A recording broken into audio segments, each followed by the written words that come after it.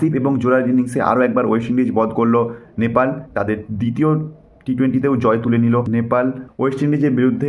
West ইন্ডিজের performance এত কেন খারাপ হয়ে যাচ্ছে দিন দিন, সেটা খুবই চিন্তার ব্যাপার। একটা চ্যাম্পিয়ন টিম, একটা 2 টাইমস ওয়ার্ল্ড কাপ চ্যাম্পিয়ন, মানে টি20 ওয়ার্ল্ড কাপ চ্যাম্পিয়ন, এত বাজে খেলা আমি কেন বুঝতে পারছি না।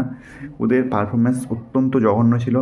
যদিও আকিল হোসেন প্রথম 1 ওভারের মধ্যেই 2টো উইকেট নিয়ে ওয়েস্ট ইন্ডিজকে গেমে রেখেছিল, কিন্তু তারপরে সত্যি অত্যন্ত বাজে পারফরমেন্স। এবং জোরা এবং আসিফ ওদের যে পার্টনারশিপটা হলো 60-70 রান করে, তো সেখান থেকেই ম্যাচ বের করে নিল নেপাল।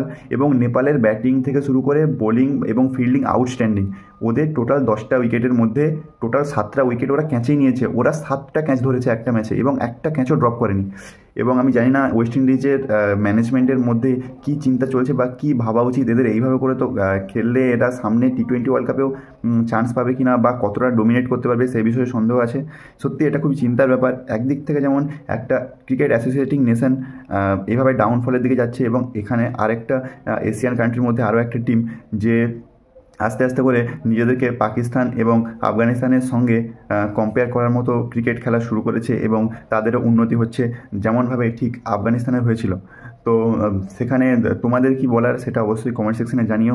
এবং তোমাদের কেমন লেগেছিল কালকে, তোমরা কারা কারা খেলাটা দেখেছিলে সেটাও অবশ্যই কমেন্ট সেকশনে জানিও।